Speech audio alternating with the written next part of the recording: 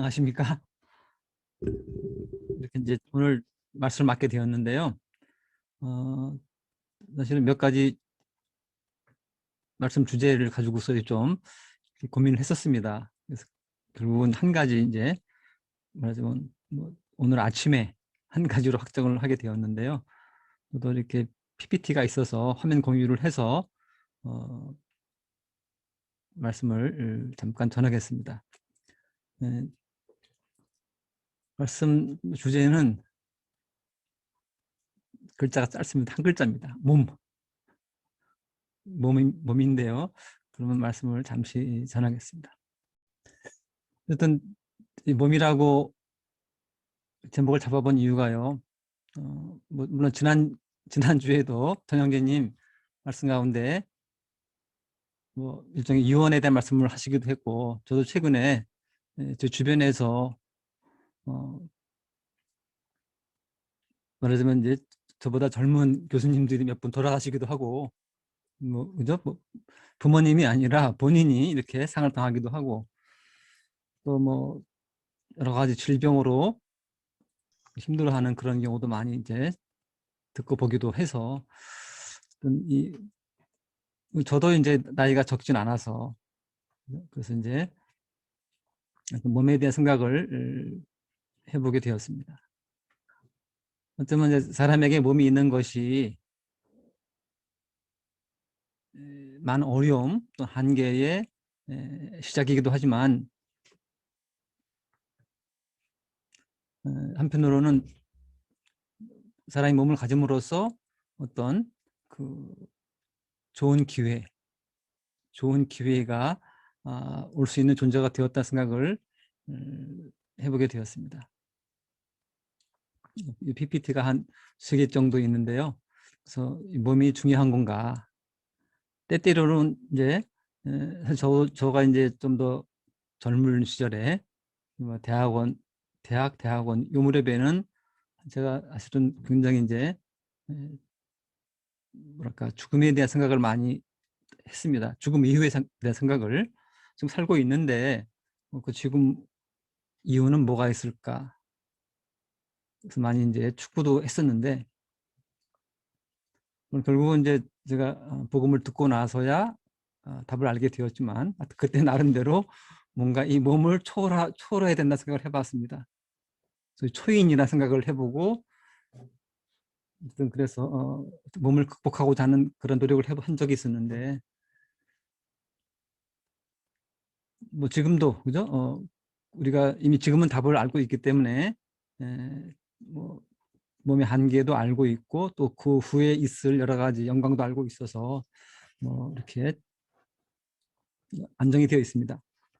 우선 이 데살로니가 전서 5장 23절 이 말씀의 일부를 여기 지금 옮겨놨습니다. 그 앞부분 제가 뺀 부분은 평강의 바로 그 하나님께서 너희를 온전하게 거룩히 구별하시기를 원하노라. 뒤이어서 내가 하나님께 기도하여 너희의 온 영과 혼과 몸을 우리 주 예수 그리스도께서 오실 때까지 흠없이 보존해 주시기를 구하노라. 이와 같은 말씀이 있습니다. 영과 혼뿐 아니라 몸도 보존해 주시기를 구하고 있습니다. 좀 사람은 당연하게 몸을 갖고 태어나고 또 우리가 알고 있기로 이렇게 우리가 잉태가 되었을 때부터 몸뿐 아니라 거기에 우리의 영과 혼이 함께 하는 것을 말씀을 통해서 이제 알고 있는데요. 그래서 본능적으로 사람은 자기 몸을 또는 자기 자신 또는 자기 몸을 사랑합니다. 그래서 여기 에베소서 5장 28절로 29절 보니까 자기 아내를 자기 몸같이 사랑할지니 라고 이렇게 하고 있습니다. 아내를 사랑해야 되는데 그에 대한 비교의 기준으로서 자기 몸같이라고 하고 있습니다. 마태복음 22장 39절에서도 이웃사랑에 대한 말씀을 하시면서 너는 내 이웃을 내 자신과 같이 사랑하라. 그래서 줄이면 자기 애 또는 자기 몸에 대한 사랑, 이런 것은 이제 우리가 타고난 것이죠. 또 유다서 1장 9절에 보니까 모세의 몸에 대하여 천사장 미가엘이 마귀와 다투는 그런 것이 묘사가 되어 있습니다. 물론 저기에서는 초점은 저거보다는 마귀라도 그와 같은 말은 존재에게는 함부로 하면 안 된다는 그런 맥락에서 제시하고 있는데, 어쨌든 모세의 몸이라는 것, 그죠? 그의 영이나 혼이 아니라 모세의 몸에 대해서 이렇게 마귀와 다투며 논쟁하는 모습이 나와 있는데, 그래서 이 몸이라는 것이, 사람의 몸이라는 것이 단지 죽으면 흙으로 돌아가는 것뿐은 아니라는 생각을 할 수밖에 없었습니다.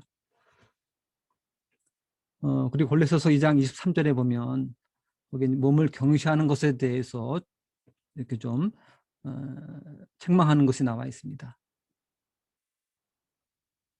거기 2장 18절에는 천사 숭배가 나와 있는데, 그래서 뭔가 천사 숭배, 또 영적인 존재에 대한 그 중시로부터 몸을 경시하는, 천시하는 그런 경향에 대해서, 그런 풍조에 대해서 이렇게 경계하고 있는 모습이 나와 있었는데, 어쨌든 이 몸이라는 것이, 그죠? 단지 육체일 뿐은 아니라는 생각을 하게 되었습니다. 그러면서 히브리서 13장 3절 말씀 부분에 너희 자신도 몸 안에 있은즉 역경당하는 자들을 기억하라. 어쨌든 이 몸이라는 것이 역경의 근원이 되는 것이죠. 이렇게 저희도 이렇게 어릴 때 태어나서 점점 자라고 그리고 이제 늙고, 또 그 가운데로 질병도 겪고 어떤 많은 어려움을 겪는 것이 대부분 몸이 있음으로써 당하는 것인 것을 우리가 알고 있습니다. 그래서 예수님께서도 여러 말씀에서 우리를 불쌍히 여기시는 그런 모습이 나와 있고, 또 베드로전서 3장 8절에도 서로 불쌍히 여기라는, 동정하라는 그런 말씀이 이렇게 나타나 있습니다. 저것의 근원이 대부분 우리가 몸 안에 있기 때문에 나오는 그런 맥락이라고 생각이 듭니다. 그래서 결국은 우리의 소망이 로마서 8장 23절에 보니까 양자 삼으심, 즉 우리 몸의 구속을 기다린다 하는 말씀이 있습니다. 물론 우리의 혼이 구원을 받는 것이지만, 그것은 이제 지금으로서는 하나의 신분적인 부분이고, 우리 몸의 구속을 기다리고 있습니다. 우리가. 저것은 예수님께서 공중에 오실 때 휴거 또는 부활을 통해서 달성되는 그런 궁극적인 인간의 구속이죠. 로마서 12장 1절에도 보니까 너희는 너희 몸을 거룩하고 하나님께서 받으실 만한 살아있는 희생물로 드리라. 그것이 너희 합당한 섬김이니라. 그래서 물론 우리가 우리 마음을 예비하는 것이지만 결국 몸을 통해서 표현되고 실현될 수밖에 없는 것이죠. 어느 경우나 마음속에만 머무른다면 사실은 표현되지 않는 것이죠. 예수님의 사랑도 십자가에서 표현됐기 때문에 우리가 아는 것이지, 마음속에 어떠한 긍휼, 사랑이 있더라도 표현되지 않으면 우리가 이해할 수 없는 것인데, 결국은 몸을 통해서만 표현될 수 있는 것이죠. 물론 우리의 말 또는 행동, 모든 것, 결국은 그것이 몸을 통해서 이렇게 표현되는 것입니다.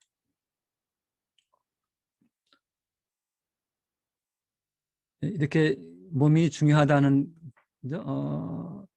그런 말씀들을 몇 개 봤습니다. 그래서 보니까 이 통계 쪽에도 이 바이탈 스태티스틱스라는 그런 말이 있습니다. 그러니까 여러 분야에서 의학에도 저 비슷한 말씀이, 비슷한 용어가 있죠. 바이탈 사인이라든가 이런 게 있는데, 그리고 이것도 사실은 다 생명과 관련되어 있습니다. 통계학에서는 이게 동태, 통계 이렇게 부르는 것들인데, 출생, 사망, 혼인 등등 그런 것들입니다. 그리고 사람이 이 세상에 등장하는 것에서부터 떠나는 데까지 그런 동태 통계라는 분야가 있습니다. 네, 몸이 이렇게 중요한데 어떻게 중요한지 그 부분도 잠시 좀 보도록 하겠습니다.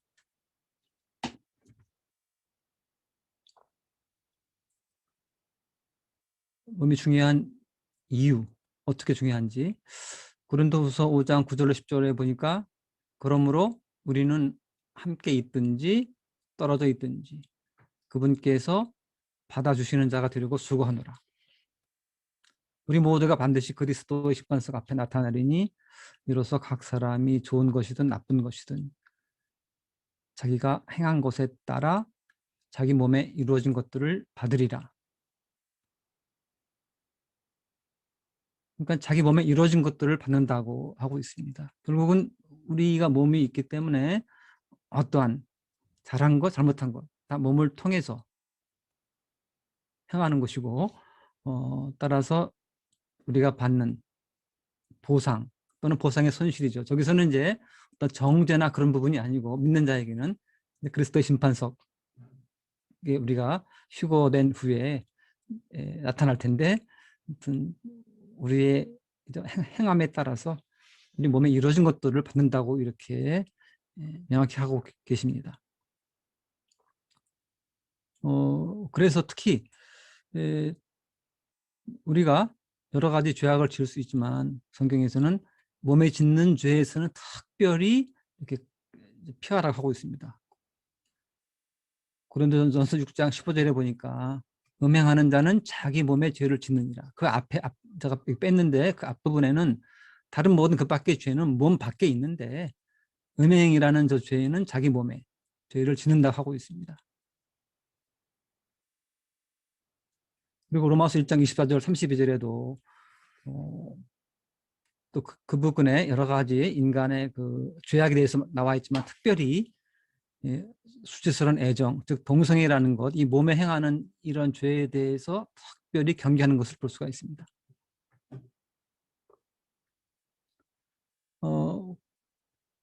그래서 여기 보면 우리가 자기 몸에 이루어진 것들에 대한 어떤 그 보상을 받게 되는데 그러면 몸이라는 것과 나라는 것이 그죠? 나와 몸이 어떤 관계에 있을까 하는 생각도 해볼 수 있습니다.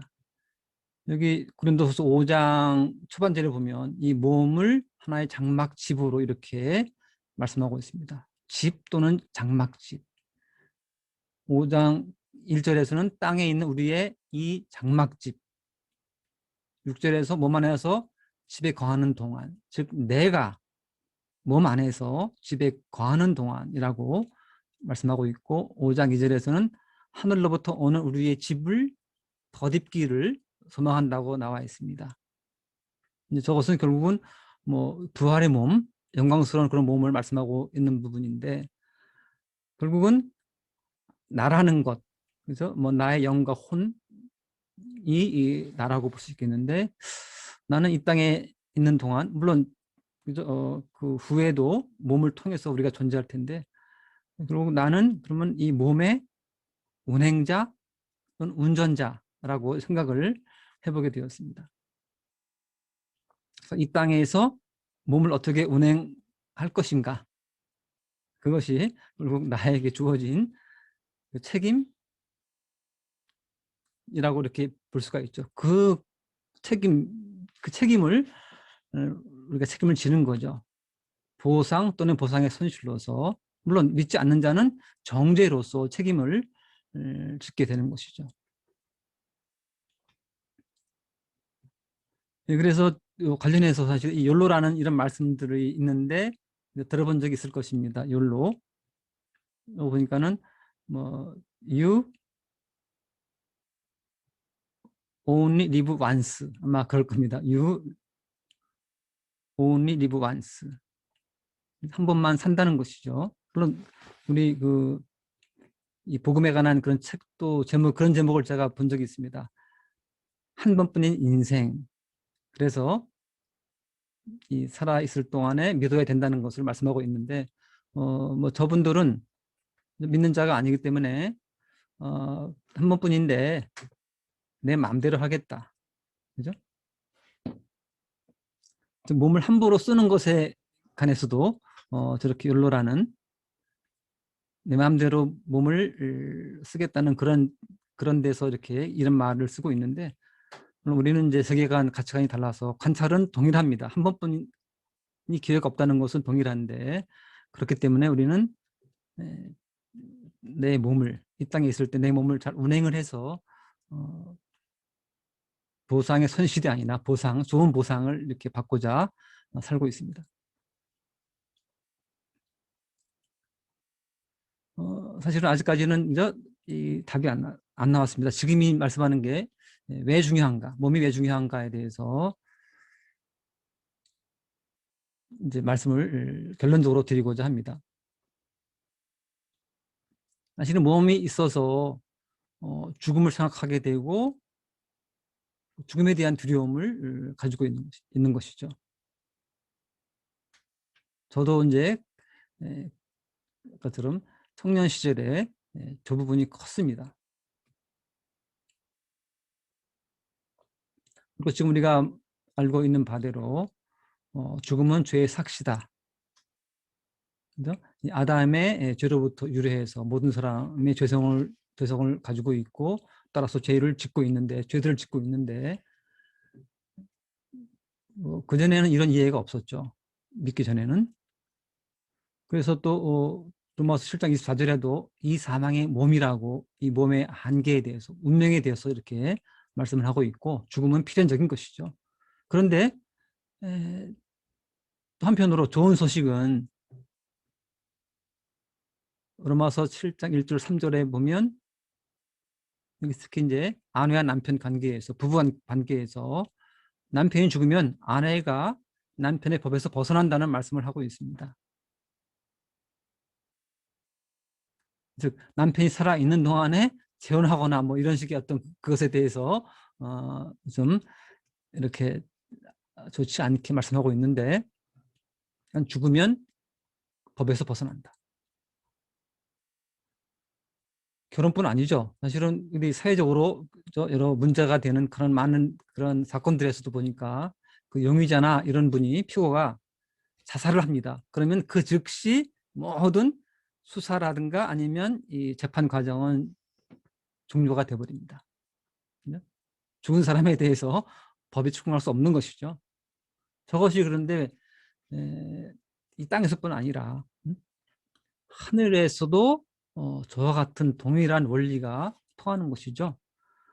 로마서 7장 4절에 그래서 바로 나오는 말씀이, 그러므로 내 형제들아 너희도 그리스도의 몸으로 말미암아 율법에 대하여 죽게 되었나니. 원리적으로는 그 당사자가 죽어야만 법에서 벗어나는데, 이제 예수님께서 오셔서, 그죠? 그리스도의 몸으로, 자신의 몸으로 율법에 대해 죽어주셨고,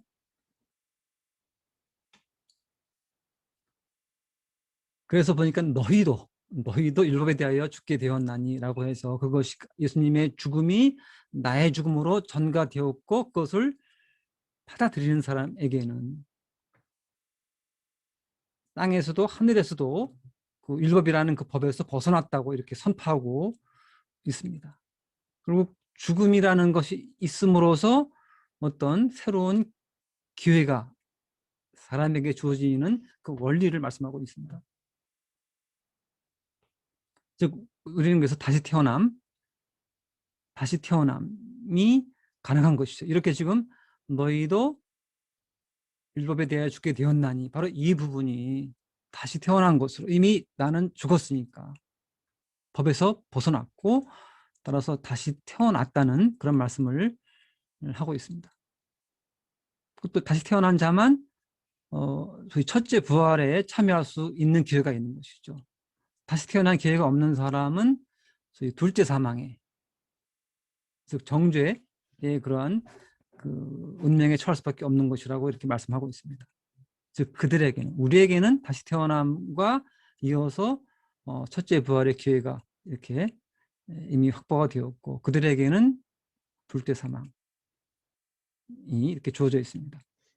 그래서 고린도후서 5장 5절, 15절, 17절 사이에 보니까 새로운 창조물이라고 이렇게 믿는 자들을 말씀하고 있고, 그래서 하나님의 아들들이라는 이 영광스러운 칭호, 하나님의 상속자가 되는 저런 칭호를 다시 태어난 자들에게 부여하고 있는 것을 볼 수가 있습니다.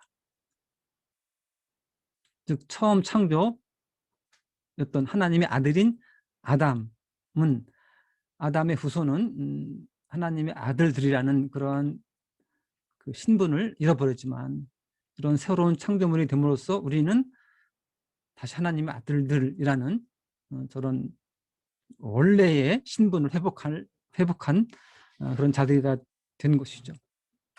물론 그렇더라도 우리가 이제 이 땅에 사는 동안에는 이 몸에 한계가 있기 때문에 우리 몸의 구속은 우리 어쨌든 휴거 또는 부활을 통해서만 얻을 수 있는 것을 볼 수가 있습니다. 그래서 사도 바울도 빌립보서 3장 11절에 자기 자신이 죽은 자들의 부활에 도달하려 한다고 이렇게 말씀하는 것을 볼 수가 있습니다.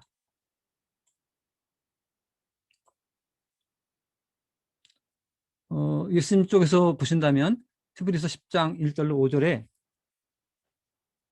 그러므로 그분께서 세상에 들어오실 때 희생물과 헌물은 주께서 원치 아니하시고 오직 나를 위하여 한 몸을 예비하셨나이다 라고 이렇게 말씀하고 있습니다. 그 맥락을 봤을 때 희생물과 헌물은 율법의 관점입니다. 그런데 그것을 원치 아니하시고 나를 위하여 한 몸을 예비하셨나이다.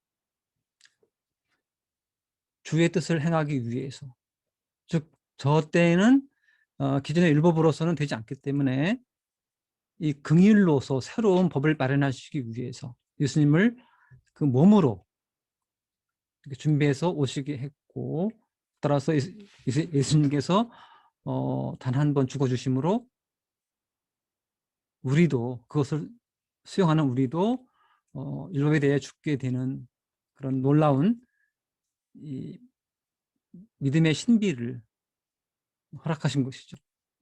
그래서 우리는 이제 매주 빵을 뗄 때 고린도전 10장 16절, 우리가 떼는 빵은 그리스도의 몸에 함께 참여하는 것이 아니냐, 이런 말씀을 통해서 이 몸, 우리는 우리의 몸으로 있지만 그리스도의 몸이 죽어주심으로 우리도 죽었고, 그것을 우리는 이제 매주 주의 만찬을 행하면서 그걸 기억하고 있는 것을 생각했을 때, 이 사람에게 몸이 있는 것은, 또 사람의 몸이 있는 것은 참 우리에게 엄청난 기회였고 복이었다는 것을 생각하게 되었습니다.